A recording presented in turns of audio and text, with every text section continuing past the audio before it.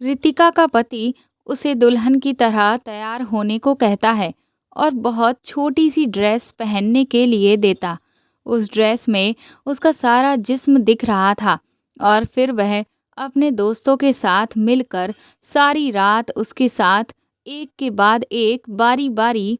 रितिका की शादी को अभी कुछ दिन ही गुजरे हुए थे कि रविवार के दिन उसका पति दोपहर को कहीं चला गया। नई नई शादी हुई थी, इसलिए रितिका रोज अच्छे से तैयार हो जाती थी। आज भी उसने एक खूबसूरत जोड़ा पहना था। रितिका का पति विजय शाम को घर आया तो उसके हाथ में शॉपिंग बैग था। उसने वह शॉपिंग बैग उसके हाथ में थमाया और बोला कि इसमें तुम्हारे लिए ड्रेस है, इसे पहनकर तुम तैयार हो जाओ। उसने हैरत से विजय की तरफ देखा और कहा कि मैं तो तैयार हूँ। वह कहने लगा कि जो ड्रेस मैं अभी तुम्हारे लिए लाया हूँ उसे पहन लो और तैयार हो जाओ। रितिका शॉपिंग बैग लेकर अपने कमरे में आ गई। जब उसने उस ड्रेस को देखा तो उसकी आंखें फटी की फटी रह गईं, क्योंकि वह तो बहुत ज़्यादा फैशनेबल, कीमती और छोटी सी ड्रेस थी। उसने कहा, विजय ये तो बहुत ज़्यादा छोटी है। विजय कहने लगा कि मेरे दोस्त के घर में पार्टी है, इसलिए जल्दी से तैयार हो जाओ। वो सोच रही थी कि इतनी कीमती और ऐसी ड्रेस लाने की विजय को क्या ज़रूरत थी। पर खैर, उसने वो ड्रेस पहन ली। वैसे शादी में तो विजय ने उसे एक जोड़ी कपड़े भी नहीं दिए थे। कह रहा था कि मेरे पास पैसे नहीं हैं और अब ये कीमती ड्रेस कहाँ से ले आया। खैर, उसने ड्रेस पहन लिया। वैसे भी वो दिखने में बहुत खूबसूरत थी। उस पर छोटी ड्रेस ने तो उसके हुस्न में चार चांद लगा दिए थे। उसने मेकअप करने के बाद अपने बालों का जूड़ा बनाना शुरू किया तो विजय कमरे में आ गया।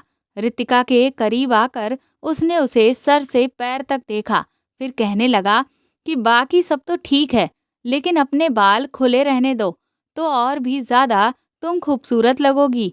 विजय की बात पर उसने अपने बाल खुले छोड़ दिए। रितिका बिल्कुल तैयार थी। उसने बालों को कंघी किया और अलमारी से बड़ी सी चुन्नी निकालने लगी ताकि खुद को लपेट सके। विजय बोला, क्या कर रही हो तुम? इतनी सुंदर सी ड्रेस पर अगर दुपट्टा डालोगी तो इसका सारा लुक खराब हो जाएगा। रितिका ने कहा, विजय मैं यूं तो बाहर नहीं जा सकती, आप खुद देखिए ड्रेस काफ़ी टाइट और छोटी सी है। विजय कहने लगा कि मुझसे बहस मत करो, वैसे भी मेरा दोस्त अपनी गाड़ी और ड्राइवर भेज रहा है, तुम्हें घबराने की कोई ज़रूरत नहीं है। कुछ ही देर में विजय के नंबर पर किसी की कॉल आई। विजय कहने लगा, हाँ हम लोग तैयार हैं। फिर रितिका से बोला, चलो ड्राइवर आ गया है। विजय एक मिडिल क्लास फैमिली से ताल्लुक़ रखता था। रितिका का ताल्लुक़ भी ऐसे ही घराने से था। वो जानती थी कि उसका पति ज़्यादा पैसा नहीं कमाता है। विजय के पास गाड़ी नहीं थी, एक पुरानी सी बाइक थी। घर भी छोटा था। शादी की रात ही उसने रितिका से कह दिया था कि उसकी तनख्वाह बहुत कम है, बस इतनी ही है कि महीना बाद में ख़त्म होगा और पैसे पहले ख़त्म हो जाएंगे। रितिका ने भी कोई ऐतराज़ नहीं किया था। शादी के उन दिनों में भी उसने विजय से कोई भी फरमाइश नहीं की थी। वो अकेले ही रहती थी। छोटा सा फ्लैट था। उसने शादी के अगले ही दिन से किचन को संभाल लिया था। विजय रितिका से कहता था कि शादी पर बहुत खर्चा हो गया है, इसलिए मैंने तुम्हारे लिए कपड़े भी नहीं खरीदे हैं। और अब रितिका को हैरत हो रही थी कि जब विजय की गुंजाइश ही नहीं थी तो इतनी कीमती ड्रेस खरीदने की आखिर क्या ज़रूरत थी, वह भी बस सिर्फ एक पार्टी में जाने के लिए। बल्कि वह जो कीमती ड्रेस उसके लिए लाया था, कम से कम उसकी कीमत 20 से 25 हज़ार रुपये थी। क्या ज़रूरत थी इतना खर्चा करने की। थोड़ी देर के बाद विजय के दोस्त का ड्राइवर आ चुका था। वो दोनों गाड़ी में बैठ गए। थोड़ी देर के बाद वह गाड़ी खूबसूरत इलाके के बड़े से बंगले के सामने खड़ी हुई थी। उस बंगले के वॉचमैन ने दरवाज़ा खोला और पार्किंग एरिया में उस वक्त 4 गाड़ियां पहले से ही मौजूद थीं और 5वीं उनकी थी। साइड में बना बगीचा भी बहुत ज़्यादा कीमती और खूबसूरत फूलों से सजा हुआ था, लेकिन वहाँ पर इतनी लाइटिंग नहीं थी जैसे कि पार्टियों में होती है। विजय उसका हाथ पकड़कर उसे अंदर बंगले में लेकर गया। उसकी ड्रेस काफी टाइट थी और उस पर सितम ये था कि दुपट्टा भी नहीं था। जैसे वो अंदर गई तो अंदर उसे सिर्फ मर्दों के अलावा कोई भी नजर नहीं आया। वहां कोई भी औरत रितिका के अलावा थी ही नहीं। ये देखकर तो रितिका बुरी तरह से नर्वस हो गई। ये कैसी पार्टी थी जहां सारे सिर्फ मर्द ही थे, औरत एक भी नहीं। और ये सिर्फ मर्दों की पार्टी थी, तो फिर विजय उसे यहाँ लेकर क्यों आया था? वहां मौजूद हट्टे कट्टे आदमियों को देखकर वो बिल्कुल विजय से सट गई। उसने कहा, विजय, यहाँ तो कोई भी औरत नहीं है। वह कहने लगा कि ये सब शादीशुदा नहीं है, तो उनकी बीवी कहाँ से आ सकती है? विजय उसे अपने दोस्तों से मिलवाने लगा। उसे हैरत का झटका उस वक्त लगा जब विजय ने उसका इंट्रोडक्शन अपने दोस्तों से करवाया, तो वो लोग उसे गले लगाने लगे। ये सब देखकर रितिका तो बुरी तरह से घबरा गई और फिर एकदम से पीछे हट गई कि मिलने का आखिर ये कौन सा तरीका था। उसे विजय के दोस्त कुछ अच्छे भी नहीं लग रहे थे। वो उसे सर से पैर तक बार बार देख रहे थे और उनकी आंखों में अजीब सी चमक थी। उसे अपने वजूद पर चींटियां रेंगती हुई महसूस होने लगी थी। उसका दिल बहुत ज्यादा घबराने लगा था। रितिका को इस कदर बेचैनी होने लगी कि उसका जी चाहने लगा कि वह फौरन ही उस घर से बाहर निकल जाए। वहां उस वक्त 10 मर्द थे और 10 के हाथों में कांच के गिलास में ब्राउन रंग का शरबत था। सबकी आंखें गुलाबी हो रही थीं। ऐसा महसूस हो रहा था जैसे नशे की हालत में हो। वो बहुत घबराई हुई थी, इसलिए विजय के पीछे आकर खड़ी हो गई। उसने कहा, विजय, मुझे यहाँ नहीं रुकना, मुझे आप घर छोड़ आओ। विजय कहने लगा, तुम्हें क्या हो गया है रितिका? क्या लड़कियां लड़कों की महफिल में नहीं जाती हैं? मुझे घबराने और डरने वाली लड़कियों से सख्त नफरत है। मुझे कूल मिजाज की लड़कियां पसंद हैं जो हर महफिल में जा सकें और एंजॉय कर सकें। इसलिए डरपोक लड़कियों की तरह एक्टिंग करना बंद करो। ये कहकर उसने रितिका के बाजू को पकड़ा और फिर पकड़कर खुद के पीछे से बगल में किया। वो तो विजय का ये रवैया देखकर हैरान रह गई थी। उसकी आंखों में आंसू भर आए थे। इससे पहले कि वो रो देती कि विजय का एक दोस्त उसकी तरफ बढ़ा और कहने लगा, रितिका, आप क्यों परेशान हो रही हो? मेरी बीवी दूसरे शहर अपने मायके गई है और बाकी दोस्त कुंवारे हैं। 1-2 साल रुक जाइए, इन सब की भी शादियां हो जाएंगी, तो इन सब की भी बीबियां आ जाएंगी। अब अगर हमारी बीबियां नहीं हैं तो हम क्या करें? आपके लिए बहुत अच्छा इंतजाम किया है। उसका अंदाज मजाकिया था। फिर वह विजय से कहने लगा, आओ, हम लोग ड्राइंग रूम में चलते हैं, वहां पर खाना बिल्कुल रेडी है। रितिका विजय का हाथ जोर से पकड़े हुए ड्राइंग रूम के टेबल तक पहुंची, जहां पर अलग अलग किस्म के खाने लगे हुए थे, और विजय के साथ वो टेबल पर बैठ गई। विजय के बाकी दोस्त भी सामने की कुर्सियों पर बैठ गए। उसके जिस दोस्त के यहाँ पार्टी थी, वह उनकी प्लेट में अलग अलग किस्म के खाने परोसने लगा। और फिर रितिका को भूख भी बहुत ज़्यादा लगी थी। अजीब बात थी कि जैसे जैसे वो खाना खा रही थी, उसकी आंखें नींद से बंद होने लगी। खाते खाते ही उसे लगा कि जैसे वो बेहोश हो जाएगी। वो नशीली नज़रों से विजय की तरफ देख रही थी, जो उसे एक की बजाय 4-5 नजर आ रहा था। उसने कहा, विजय, अब घर चलो, क्योंकि मुझे नींद आ रही है। वह कहने लगा, हाँ हाँ चलो। ये कहकर जैसे ही रितिका अपनी कुर्सी से खड़ी हुई, विजय की बाहों में गिर गई। बस 1 मिनट लगा था उसे अपने होश खोने में। सुबह जब उसकी आंख खुली तो उसका सर बुरी तरह से चकरा रहा था। बहुत मुश्किल से उसने अपनी आंखें खोली थीं। वो अपने कमरे में मौजूद थी। अभी भी वो उसी छोटी सी ड्रेस में ही थी जो उसे अपने वजूद पर बुरी तरह से चुभ रही थी। उसने बड़ी मुश्किल से उठकर बैठने की कोशिश की। उसे लगा जैसे उसका वजूद उसका साथ नहीं दे रहा हो। उसके पूरे बदन में दर्द की टीस पता नहीं क्यों हो रही थी। उसे अपने अंदर एक अजीब सी कमजोरी सी महसूस हो रही थी।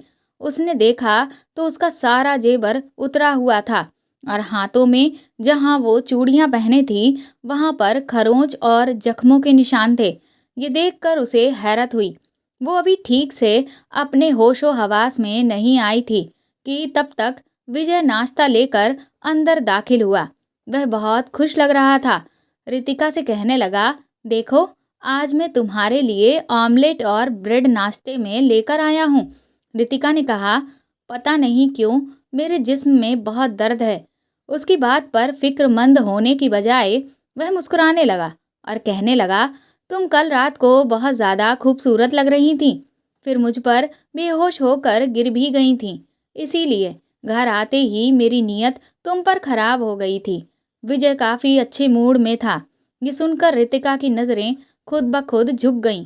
वो बोला, तुम नाश्ता करो, मैं तुम्हारे लिए दर्द की दवा और गर्मा गर्म चाय लाता हूँ।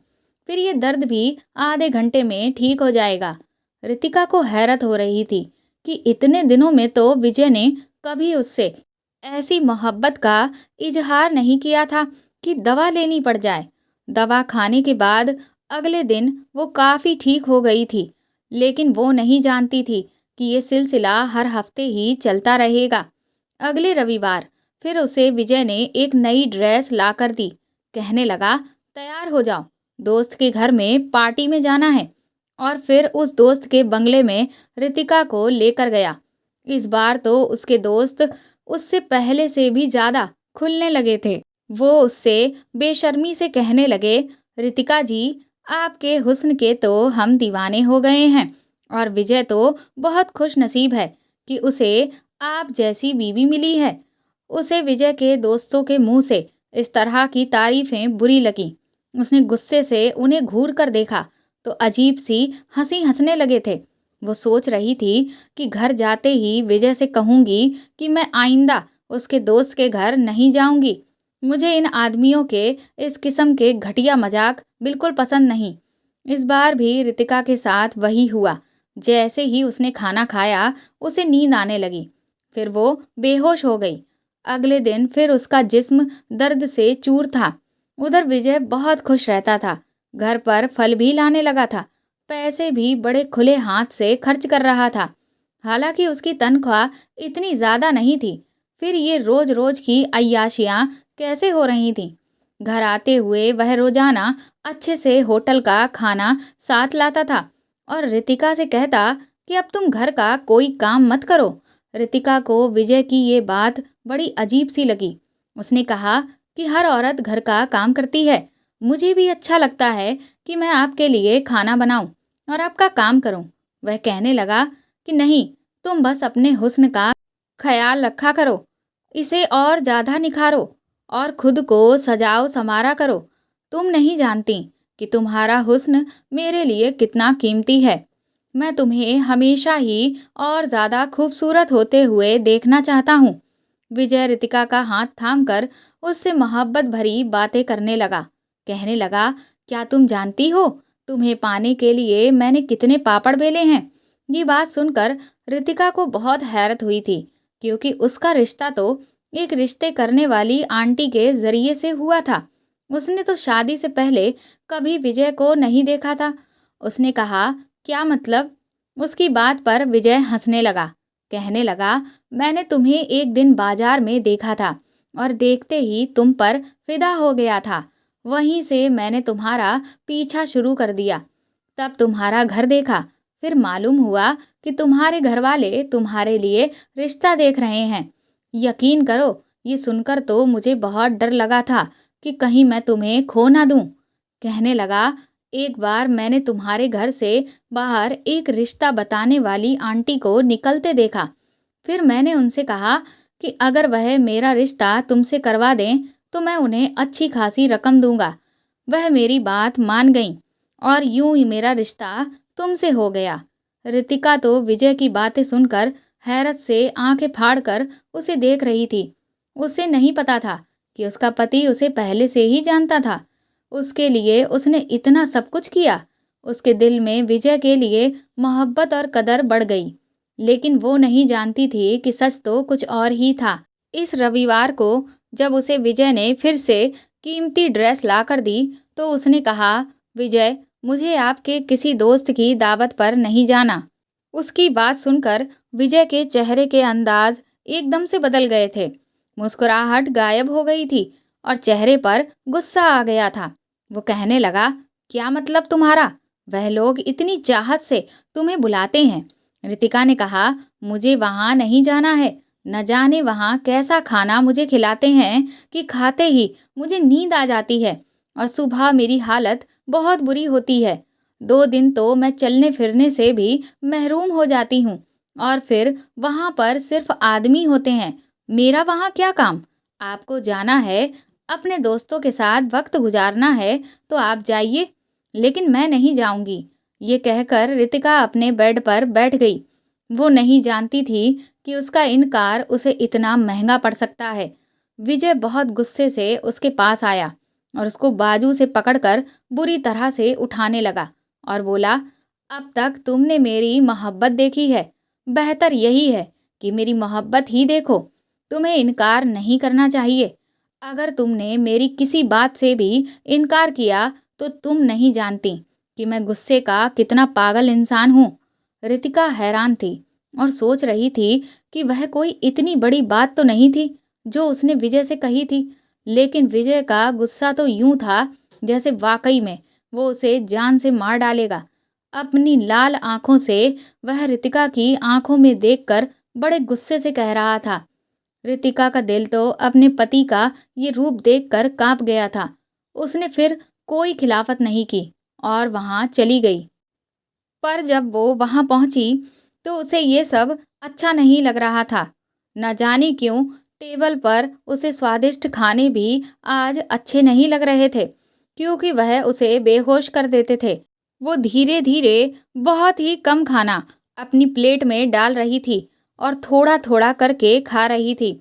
लेकिन जैसे ही विजय के दोस्त की नज़र उस पर पड़ी तो कहने लगा, रितिका जी, क्या बात है, आप खाना ठीक से नहीं खा रही हो? उसने कहा, मुझे भूख नहीं है। उसका ये कहना था कि उस आदमी ने एक अजीब तरह का इशारा विजय को किया और ये देखकर रितिका के होश गुम हो गए। विजय ने खाने से उसकी प्लेट पूरी भर दी और कहने लगा, पूरा खाना खत्म करो। वह गुस्से भरी नज़रों से उससे कह रहा था। रितिका ने बड़ी मुश्किल से वह खाना खत्म किया था और खाते ही उसकी हालत खराब हो गई थी और अब तो उसे विजय पर भी शक होने लगा था। अगला रविवार आने से पहले ही रितिका तबीयत खराब होने का बहाना बनाकर अपने मायके चली आई।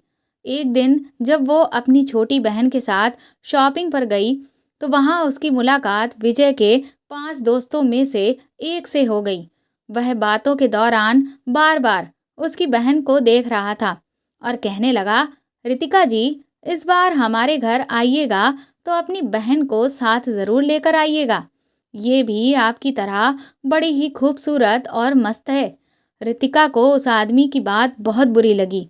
उसकी बहन भी उसे घूर कर देखने लगी। रितिका ने कहा, आपको तमीज़ नहीं है बात करने की? रितिका का लहजा तेज हो गया था। आसपास से गुजरने वाले लोग भी वहां इकट्ठा हो गए और ये देखकर उस आदमी को भी गुस्सा आ गया।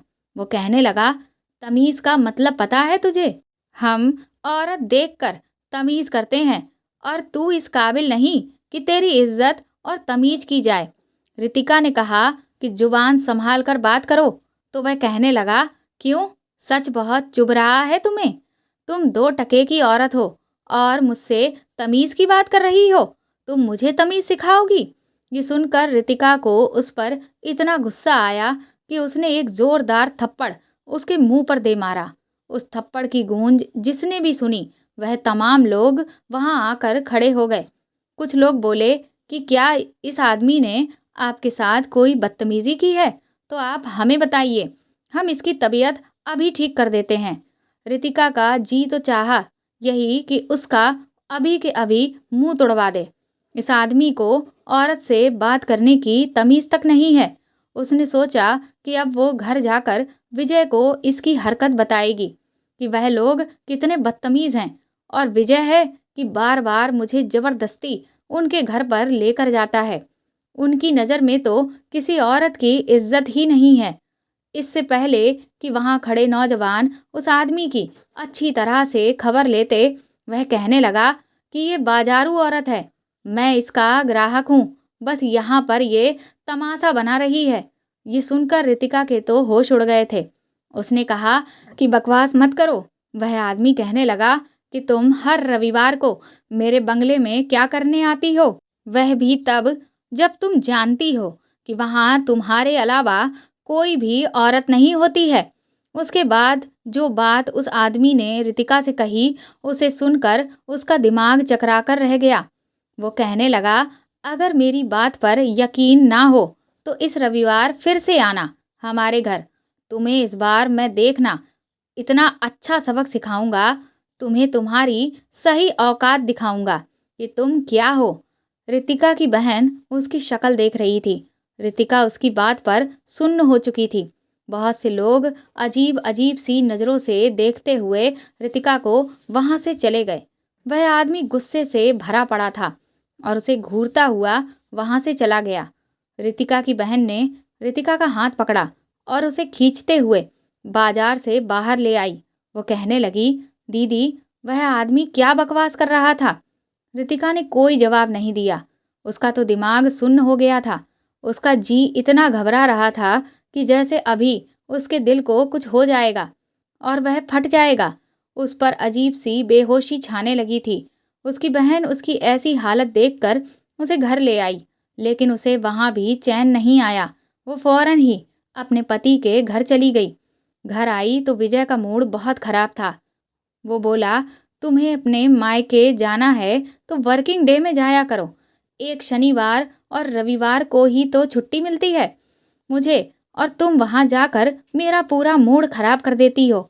रितिका ने उसकी इस बात का कोई जवाब नहीं दिया था, क्योंकि वो कुछ भी कहती तो वो उस पर गुस्सा करता।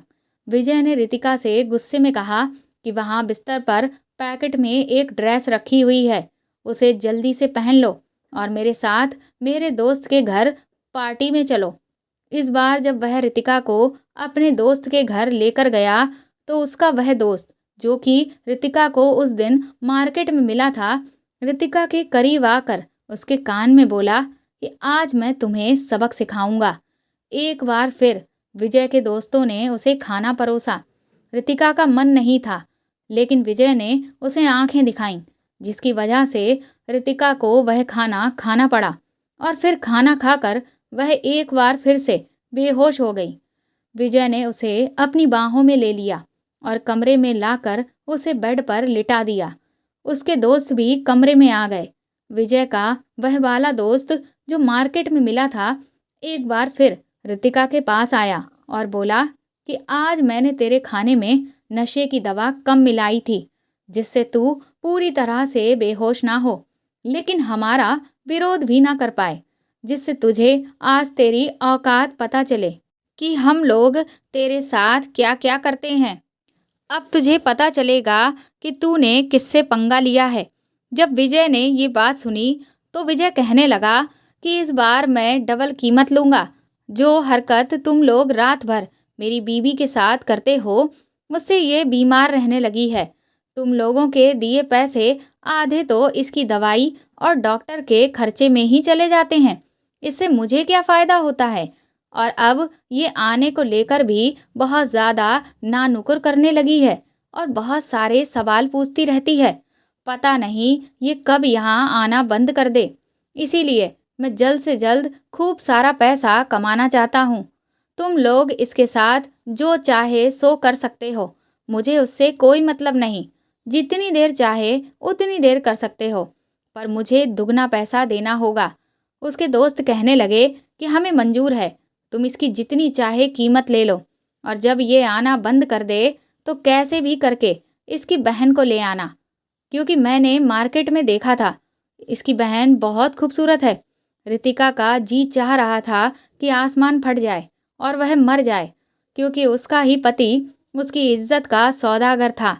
पति तो बीवी का रक्षक होता है, गंदी नज़र से अपनी बीवी को बचा कर रखना चाहता है, लेकिन ये कैसा पति था जो उसका ही सौदा कर रहा था। रितिका ये सब सोच ही रही होती है कि तभी उसके पति के सभी दोस्त अपने कपड़े उतारने लगते हैं और एक साथ उसकी तरफ बढ़ने लगते हैं। जैसे ही वह लोग उसे जगह जगह पर हाथ लगाना शुरू करते हैं, तभी पुलिस की गाड़ी का हॉर्न बंगले के बाहर से बजने लगता है और ये आवाज़ सुनकर वहाँ पर मौजूद वो सभी लोग चौंक जाते हैं। तभी कोई दरवाजे को तोड़ता है और कुछ लेडीज़ पुलिस अंदर आती है। जिसकी वजह से पुलिस आती है, वो इंसान जब अंदर आता है तो विजय की आंखें फटी की फटी रह जाती हैं। रितिका की नज़र जब उस पे पड़ती है तो वो कोई और नहीं, उसकी बहन होती है। उसे देखकर रितिका की आंखों से आंसू बहने लगते हैं। उन आदमियों ने अपने कपड़े पहन लिए होते हैं और भागने की कोशिश करते हैं, लेकिन बाहर खड़ी पुलिस उन्हें पकड़ लेती है। रितिका अभी भी बिना कपड़ों के बिस्तर पर पड़ी होती है और नशे की वजह से उसके शरीर में ताकत ही नहीं होती। रितिका की बहन उसे कपड़े पहनाती है, फिर लेडीज़ पुलिस की मदद से रितिका को बाहर लेकर आती है। रितिका की नज़र अपने पति विजय पर पड़ती है, जिसे पुलिस वाले पकड़े हुए खड़े थे। वह रितिका को देखकर गिड़गिड़ाने लगता है और कहता है कि रितिका, मैं तो तुम्हारा पति हूँ, तुम मेरे साथ कुछ बुरा नहीं कर सकती हो, वरना तुम्हारी ज़िंदगी खराब हो जाएगी। तुम मुझे बचा लो और मैं तुम्हें यकीन दिलाता हूँ कि अब तुम्हारे साथ कभी भी ऐसा कुछ भी नहीं करूँगा। पैसे कमाने के जुनून में मैं अंधा हो गया था, इसीलिए गलत रास्ते पर निकल गया था। पुलिस वालों ने रितिका के सर पर पानी डाला और उसे पानी पिलाया। इसके बाद कुछ दवा खिलाई, जिससे उसका नशा थोड़ी देर में उतर गया। उसके बाद पुलिस रितिका को पुलिस स्टेशन लेकर गई और रितिका ने सभी आदमियों के खिलाफ और अपने पति के खिलाफ बयान दर्ज करवाए। रितिका ने विजय से कहा कि आप तो पति कहलाने के लायक ही नहीं हैं और आपके साथ तो अब मैं एक पल भी नहीं रह सकती। आप जैसे दरिंदे को कड़ी से कड़ी सज़ा मिलना बहुत ज़रूरी है। विजय ने पुलिस की पिटाई के बाद बताया कि उसने रितिका से शादी इसीलिए की थी, जिससे वह उसके जिस्म का व्यापार करके ढेर सारा पैसा कम समय में ही कमा सके। रितिका बहुत सुंदर थी, तभी उसने उसे अपने जाल में फंसाया। विजय और उसके दोस्तों को जेल में बंद कर दिया गया। उसके बाद रितिका अपनी बहन के साथ अपने मायके चली आई। घर जाकर रितिका ने अपनी बहन से पूछा कि आखिर तुम्हें कैसे पता चला कि मैं कहाँ पर हूँ, और फिर तुम वहाँ पर पुलिस को लेकर कैसे आ गईं? तो रितिका की बहन ने बताया कि उस दिन जब उस लड़के ने मार्केट में आपके साथ इतना बुरी बुरी तरह की बातें की थीं, तो आपकी तबीयत बहुत ज़्यादा खराब हो गई थी और जब आप घर आईं तो मैंने आपसे पूछा भी कि वह ये सब बातें आखिर आपसे क्यों कह रहा था, तो आपने कोई जवाब ही नहीं दिया। लेकिन मुझे उस वक्त शक हो गया था कि ज़रूर कुछ ना कुछ तो बड़ी गड़बड़ है, कि कहीं आपके साथ कुछ गलत तो नहीं हो रहा है। मैं काफ़ी ज़्यादा परेशान हो गई थी। तभी मुझे उस आदमी की वो बात याद आई, क्योंकि उसने उस दिन कहा था कि आप हर रविवार की रात उसके बंगले में जाती हैं। इसीलिए मैंने ये सब प्लान बनाया और फिर मैं रविवार की रात आपके घर के बाहर पहुंच गई और वहां टैक्सी में छुप कर बैठी रही। जब आधा घंटा इंतज़ार किया तो उसके बाद आप लोग अपने घर से बाहर निकले और मैंने आपका पीछा किया और पीछा करते करते मैं इस बंगले तक पहुंच गई। फिर मुझे यकीन हो गया कि वह आदमी उस दिन जो कुछ कह रहा था वह सच था। मैंने तुरंत ही पुलिस को फ़ोन लगाया और बाहर खड़े होकर पुलिस का इंतज़ार करने लगी और जैसे ही पुलिस आई वैसे ही हम बंगले के अंदर घुसे और फिर सारा सच हमारे सामने आ गया। रितिका अपनी बहन के गले लगकर रोने लगी और उससे बोली कि मैं तुम्हारा एहसान ज़िंदगी भर नहीं भूलूंगी। तुमने मेरी ज़िंदगी बर्बाद होने से बचा ली। रितिका की बहन बोली, दीदी, आपने उस आदमी के सामने हार मान ली थी और आप कमज़ोर पड़ गई थीं, इसीलिए वह आपका फ़ायदा उठा रहा था। हमें कभी भी किसी के सामने हार नहीं माननी चाहिए, कमज़ोर नहीं पड़ना चाहिए और उसका डट कर विरोध करना चाहिए। अगर आपने ये सब पुलिस को पहले ही बता दिया होता तो आपको इतना सब कुछ इतने दिनों तक सहना नहीं पड़ता। रितिका बोली कि मुझे कुछ भी ठीक से समझ ही नहीं आ रहा था क्योंकि मुझे यकीन ही नहीं हो रहा था कि विजय मेरे साथ ऐसा कुछ भी कर सकता है। वह तो उस दिन जब मैं पूरी तरह से बेहोश नहीं हुई, तब मैंने सब कुछ देखा और उस दिन विजय का दरिंदगी वाला चेहरा मेरे सामने आया। रितिका की आंखों से आंसू रुकने का नाम ही नहीं ले रहे थे। रितिका की बहन ने उसके आंसू पोंछे और कहा कि दीदी, इस सब में आपकी कोई भी गलती नहीं थी। जो हो गया उसे एक बुरा सपना समझकर भूल जाइए और अपनी जिंदगी में आगे बढ़िए। रितिका के बयान और पुलिस के मौकाए बर्दात पर पहुंचने से जो भी पुलिस ने देखा था, उस सब की वजह से विजय और उसके दोस्तों को 10 साल की सजा हो गई। उस सजा के दौरान ही रितिका ने तलाक के पेपर जेल में भिजवा दिए थे और उसका विजय से तलाक भी हो गया था। लेकिन उसकी अपने माँ बाप से एक शिकायत थी कि उसका रिश्ता तय करने से पहले उन्होंने ये तो देखा कि लड़का अकेला है, उस पर घर की जिम्मेदारियां नहीं होंगी, सास ससुर के ताने नहीं होंगे, लेकिन ये नहीं देखा कि वह करता क्या है। दोस्तों, जीवन साथी का चुनाव बेहद ही सोच समझ कर करें। अगर अरेंज मैरिज है तो माँ बाप पहले अच्छे से जांच पड़ताल कर लें, उसके बाद ही अपने बच्चों की शादी करें। और अगर लव मैरिज है और वो इंसान कुछ दिन पहले ही आपसे मिला है, तो एकदम से किसी पर विश्वास ना करें। पहले अपने साथी को जाने समझें और फिर रिश्ते में आगे बढ़ें, क्योंकि इस दुनिया में अच्छे लोगों की संख्या अब कम ही है और विजय जैसे दरिंदे जगह जगह बैठे हुए हैं। शादी में किसी भी तरह की कोई जल्दबाजी ना करें, क्योंकि जल्दबाजी की वजह से कई जिंदगियां खराब भी हो सकती हैं।